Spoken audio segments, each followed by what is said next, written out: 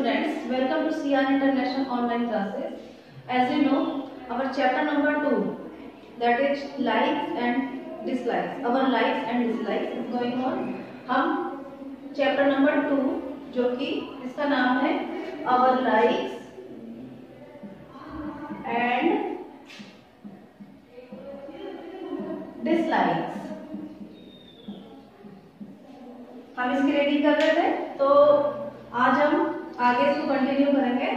मैंने आप लोगों को इससे जो पहले वाली वीडियो थी उसमें बताया था कि कौन कौन से फैक्टर्स होते हैं जो हमारी लाइक्स और डिसलाइक्स को इफेक्ट पर अपना प्रभाव डालते हैं, है ना, इफेक्ट करते हैं उनको।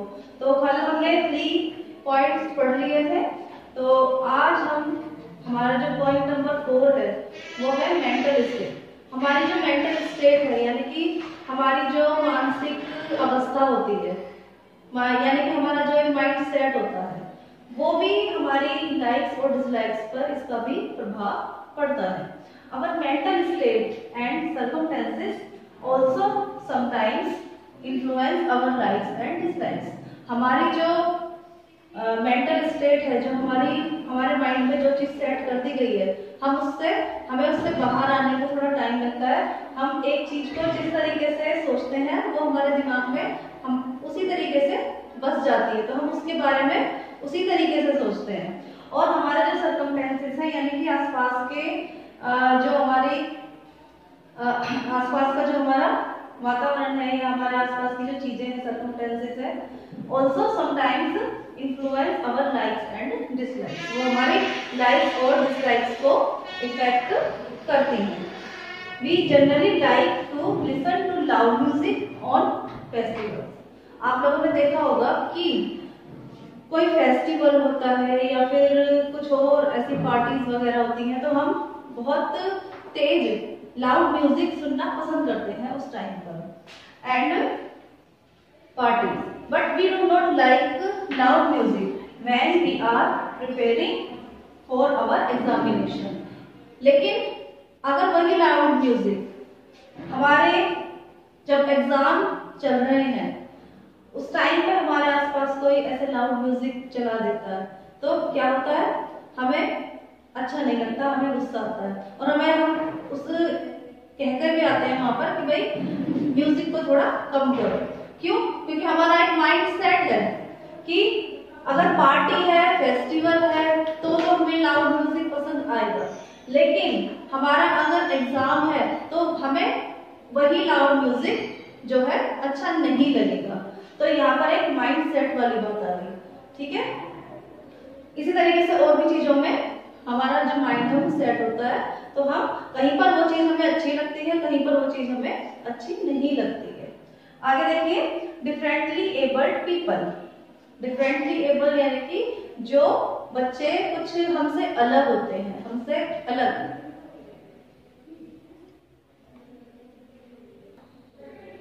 आगे देखिए next, differently abled people. Differently abled people होते हैं जो हमसे अलग है। देखिए, हम सब चीजें, हमारे जो सेंस ऑर्गन्स हैं वो सब काम करते हैं। हम सुन सकते हैं, देख सकते हैं, महसूस कर सकते हैं। लेकिन कुछ लोग ऐसे होते हैं जो ये काम नहीं कर सकते, उनके सेंस ऑर्गन्स अच्छी तरीके से वर्क नहीं करते।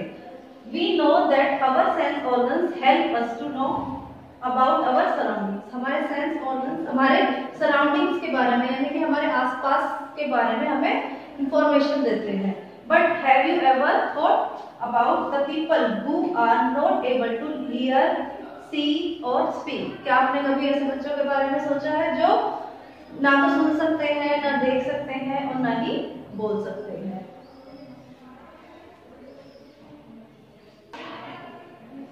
आगे देखिए बच्चों, such people have a better sense of smell, touch and taste. जो differently abled people होते हैं या बच्चे होते हैं, उनकी जो सेंसेस होती हैं, स्मेल की, टच और टेस्ट की, वो बहुत ही अच्छी होती है हमसे, ठीक है। These qualities help them to live their lives as normally as possible. और यही जो उनकी एक क्वालिटी है यानी कि उनकी जो सेंस की जो करने की जो क्षमता है वो ज्यादा होती है, इसलिए वो अपनी लाइफ को एक नॉर्मल तरीके से जो है जी पाते हैं।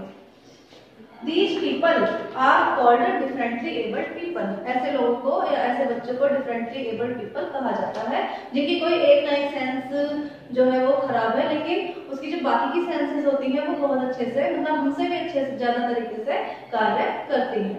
उनकी जो अगर एक सेंस उनकी काम नहीं कर रही है तो बाकी चारों सेंस जो है उनकी क्षमता जो है वो कार्य करने की वो बढ़ जाती है।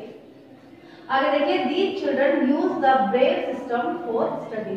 और ऐसे लोग जो हैं उनके लिए पढ़ाने के लिए, स्टडी के लिए एक सिस्टम बनाया गया है जिसको ब्रेल सिस्टम कहा जाता है। The braille script is written with the help of a series of raised dots। और ये जो ब्रेल स्क्रिप्ट होती है इसके द्वारा जो ब्लाइंड पीपल होते हैं उनको पढ़ाया जाता है। ब्लाइंड पीपल जो है वो देख नहीं सकते, हमारी तरह रीड नहीं कर सकते, हमारी तरह लिख नहीं सकते कोई भी वर्ड, तो उनके लिए ये सिस्टम स्पेशली बनाया गया है जिसे ब्रेल स्क्रिप्ट कहा जाता है। आप लोगों को पता है जैसे कि हिंदी हमारी देवनागरी लिपि होती है, उसी तरीके से ये ब्रेल स्क्रिप्ट या ब्रेल लिपि इसको कहा जाता है। और इसमें क्या होता है कि कुछ डॉट्स होते हैं, डॉट्स ये उभरे हुए, यहाँ पर मैंने लिखा भी है रेज्ड डॉट, यानी कि उभरे हुए, कुछ ऊपर को उठे हुए, यानी कि आप उनको टच करके फील करके महसूस कर सकते हो, फील कर सकते हो, महसूस कर सकते हो। इस प्रकार की लिपि जो है वो उनके लिए, जो ब्लाइंड पीपल है उनके लिए तैयार की गई है, जिसके द्वारा वो पढ़ सकते हैं। आगे देखिए बच्चों, विजुअली चैलेंज्ड और ब्लाइंड पीपल। देखिए ये ब्लाइंड पीपल और ये इनके लिए एक नाम और है विजुअली चैलेंज्ड, यानी कि जिनको आंखों से नहीं दिखाई देता, ब्लाइंड पीपल विजुअली चैलेंज्ड कहा जाता है। विजुअली चैलेंज्ड और blind people can feel the pattern of dots. अभी जैसे मैंने आप लोगों को बताया था, वो डॉट्स को क्या करते हैं, फील करते हैं टच करके अपने हैंड के द्वारा ऑन पेपर, पेपर के ऊपर, ठीक है, with the help of their fingers, किसके द्वारा, अपनी फिंगर्स के द्वारा, and read what is written, और वह वर्ड जो भी यहाँ पर लिखा हुआ है डॉट के द्वारा वह उनको समझ में आ जाता है। ठीक है, तो ये ब्रेल लिपि जो है, जो विजुअली चैलेंज्ड पीपल है उनके लिए बहुत ही हेल्पफुल है, उनको पढ़ाई करने में, उनको स्टडी करने में। In the Braille script each letter has 6 dots arranged in different ways। ये जो ब्रेल स्क्रिप्ट है इसमें 6 डॉट होते हैं और उन 6 डॉट के द्वारा ही जो उनके अल्फाबेट्स हैं उनको तैयार किया जाता है, उनको बनाया जाता है। जैसे हमारे अल्फाबेट्स होते हैं ABC, आप लोगों ने पढ़ाई होगा बचपन से, ठीक है। तो इसी तरीके से ब्रेल लिपि में क्या होता है, वो डॉट्स के द्वारा उनके जो अल्फाबेट्स हैं उनको तैयार किया जाता है, उनको बनाया जाता है और उनको समझाया जाता है। एक मिनट मैं आपको बुक में दिखाती हूँ, आप लोगों के पास, सभी के पास बुक होगी, उसमें देखिएगा, और जिसके पास नहीं है यहाँ वीडियो में देखो ABCD, और इनके नीचे आप 6 डॉट जरूर देख रहे होंगे। एक डॉट बड़ा दिख रहा है और बाकी के डॉट आप लोगों को छोटे नजर आ रहे हैं। तो उन लोगों को इस चीज की पहचान कराई जाती है, और जब उनको ये लर्न हो जाते हैं तो ये उनके क्या है, अल्फाबेट, और इनसे फिर वो वर्ड्स बनाना सीखते हैं। तो आज के लिए हम इतना ही रीड करेंगे, और अगर आप लोगों को इस चैप्टर को समझने में कोई भी दिक्कत आती है, कोई भी प्रॉब्लम आती है, तो आप मुझे मेरे कॉन्टैक्ट नंबर पे कॉल कर सकते हैं। मैं यहाँ पर अपना कॉन्टैक्ट नंबर लिख रही हूँ, आप मुझे पर्सनली कॉल करके भी कोई भी चीज जो है वो समझ सकते हैं। और नाम आप लोगों को पता ही होगा मेरा, और जिन बच्चों को नहीं पता है मैं यहाँ पर लिख दूंगी। ये नंबर सभी नोट कर लेंगे।